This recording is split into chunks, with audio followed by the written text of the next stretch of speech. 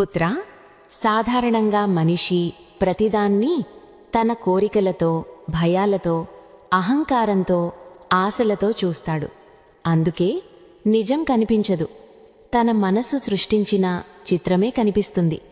అయితే పుత్రా, ఆధ్యాత్మిక మార్గంలో నడిచినవాడు ఒక విషయం అర్థం చేసుకుంటాడు.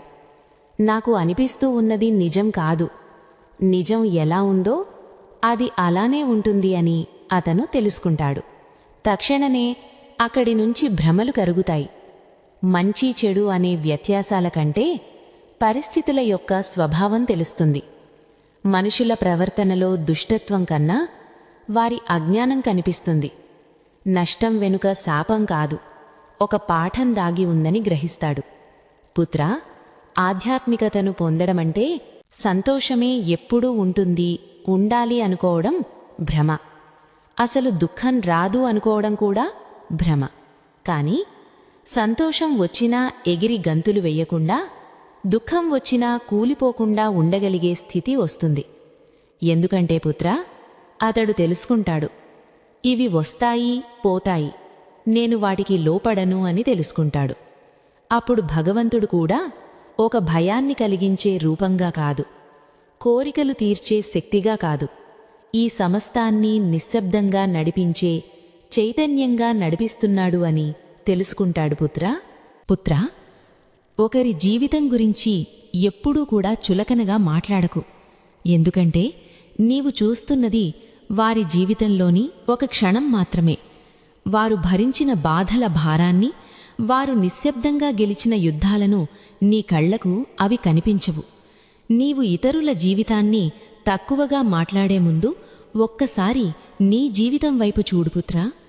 నీవు చేసిన తప్పులు, నీవు దాచుకున్న బలహీనతలు, నిన్ను నువ్వే క్షమించుకున్న క్షణాలు అవి నీకు గుర్తువస్తాయి. ఇతరులను తూచే త్రాసు నీ చేతిలో ఉంటే అదే త్రాసుపై ఒకరోజు నిన్ను కూడా లోకం తూస్తుంది పుత్రా. నీవు వేసిన మాటలు రాళ్లలా కాక గాలిలా తిరిగి నీ మనసుకే తాకుతాయి. మనిషి జీవితం ఒక పుస్తకం లాంటిది. మొదటి పేజీ చూసి మిగిలిన అధ్యాయాలను నిర్ణయించడం అజ్ఞానం. కొన్ని చిరునవ్వుల వెనుక కన్నీటి సముద్రాలు దాగి ఉంటాయి. కాబట్టి పుత్రా, ఇతరుల జీవితాలపై తీర్పు చెప్పే ముందు నీ జీవితం ఎలా జీవిస్తున్నావో ఆలోచించు. నీ మాటలు ఎవరినైనా కిందకు లాగుతున్నాయా, లేక నిలబెట్టే బలంగా మారుతున్నాయా అని నిన్ను నువ్వే ప్రశ్నించుకో. పుత్రా, ఇతరులను చిన్నచూపు చూడడం వల్ల నీవు ఎత్తుకు ఎదగవు పుత్రా. వారిని అర్థం చేసుకోవడం నేర్చుకుంటే మాత్రం నీ మనసు ఎంతో ఎత్తుకు ఎదుగుతుంది. బ్రతికినంతకాలం బాగుపడతావు. పుత్రా, కఠినమైన సత్యమేమిటంటే సమాజంలో నవ్వుతూ నటించేవారికున్న విలువ నిజాయితీగా ఉన్నవారికి చాలాసార్లు విలువలు ఉండవు.